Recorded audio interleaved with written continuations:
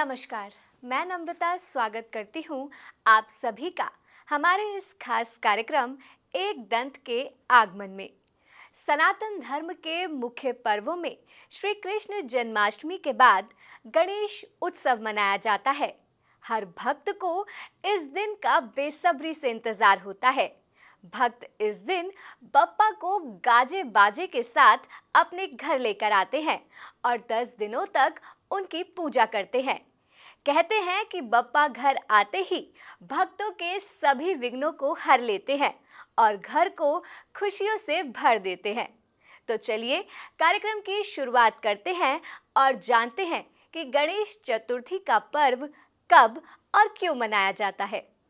वैदिक पंचांग के अनुसार प्रत्येक माह की चतुर्थी तिथि भगवान गणेश को समर्पित होती है, लेकिन भाद्रपद महीने की शुक्ल पक्ष की चतुर्थी तिथि को सबसे बड़ी गणेश चतुर्थी माना जाता है। माना जाता है कि इसी दिन भगवान गणेश का जन्म हुआ था।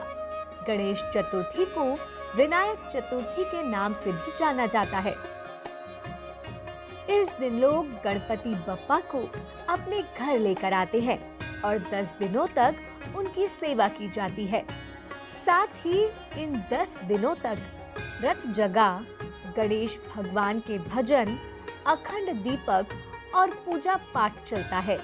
इसके बाद इसी माह और इसी पक्ष की चतुर्दशी को भगवान गणेश का विसर्जन किया जाता है और ये प्रार्थना की जाती है कि हे गणपति बप्पा, अगले साल जल्दी आना। गणेश चतुर्थी के दिन भगवान श्री गणेश का प्राकट्य हुआ था, इसीलिए भक्त इस दिन बप्पा को घर लेकर आते हैं और 10 दिनों तक उनकी पूजा अर्चना करके गणेश उत्सव को मनाते हैं। तो चलिए गणेश चतुर्थी के अवसर पर जानते हैं बप्पा के जन्म से जुड़ी कथाओं के बारे में। शिव पुराण में वर्णित कथा के अनुसार देवी पार्वती जब भी स्नानागार में स्नान करने जाती तो बाहर किसी शिवगण को पहरे पर बैठने का आदेश दे देती, लेकिन दुविधा ये थी कि पहरेदार होने के बाद भी शिव जी स्नानागार में चले जाते थे। किसी भी शिवगण में इतनी हिम्मत ना थी कि वो भगवान शिव की आज्ञा का उल्लंघन कर सके, और ऐसा एक बार हुआ भी। एक दिन देवी पार्वती की 2 सखियों जया और विजया ने देवी पार्वती से कहा कि नंदी और सभी गण महादेव की आज्ञा का ही पालन करते हैं। ऐसे में आपके पास भी एक ऐसा गण होना चाहिए जो सिर्फ आपकी आज्ञा का पालन करे। उस समय देवी पार्वती ने अपने शरीर की मैल उतारने के लिए हल्दी का उपटन लगा रखा था।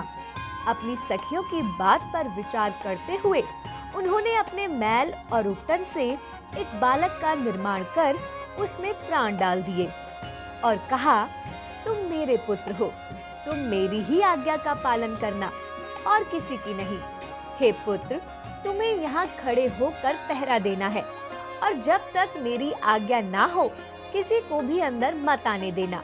इतना कहकर माता पार्वती ने उसे एक छड़ी दी और द्वार पर नियुक्त कर स्नानागार में चली गई।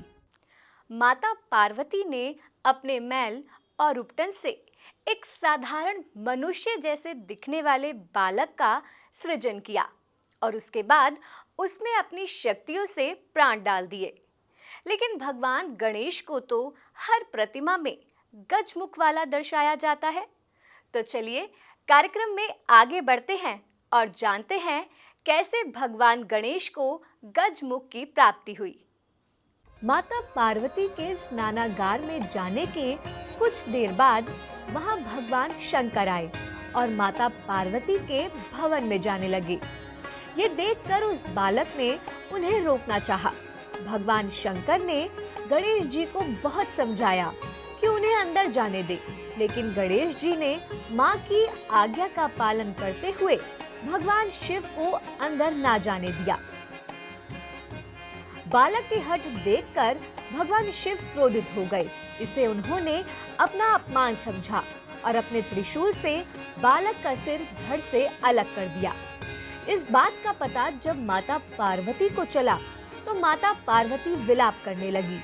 ये देखकर भगवान शिव को अपनी त्रुटि का आभास हुआ और उन्होंने माता पार्वती को उनके पुत्र में पुनः प्राण के संचार करने की बात कही, लेकिन उसके लिए उन्हें एक सिर चाहिए था। इस पर उन्होंने गरुड़ जी से कहा कि उत्तर दिशा में जाओ और वहाँ जो भी माँ अपने बच्चे की तरफ पीठ करके सोई हो उस बच्चे का सिर ले आओ। गरुड़ जी भटकते रहे पर उन्हें ऐसी कोई माँ नहीं मिली, क्योंकि हर माँ अपने बच्चे की तरफ मुंह करके ही सोती है। अंत में एक हथिनी दिखाई दी। हथिनी का शरीर का प्रकार ऐसा होता है कि वह बच्चे की तरफ मुंह करके नहीं सो सकती है। गरुड़ जी उस शिशु हाथी का सिर ले आए। भगवान शिव ने वह बालक के शरीर से जोड़ दिया और उसमें प्राणों का संचार कर दिया। गणेश जी के पुनर्जीवित होने के बाद भगवान शिव समेत सभी देवताओं ने उन्हें आशीर्वाद दिया कि आज के बाद जब भी किसी प्रकार की पूजा की जाएगी तो किसी अन्य देवता से पहले तुम्हारी पूजा की जाएगी।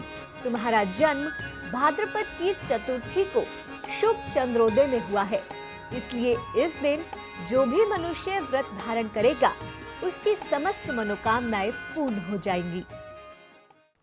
तो ऐसे बने भगवान गणेश प्रथम पूज्य देव। भगवान गणेश को विघ्नहर्ता भी कहा जाता है, यानी बप्पा अपने भक्तों के सारे विघ्न हर लेते हैं। तो आप भी इस गणेश चतुर्थी पर बप्पा के आगमन की तैयारी कर उनका भव्य स्वागत करें। भगवान गणेश सदैव आप सभी पर अपनी कृपा बनाए रखे। इसी मंगल कामना के साथ मुझे दीजिए इजाजत। आप सभी को गणेश चतुर्थी की हार्दिक शुभकामनाएं।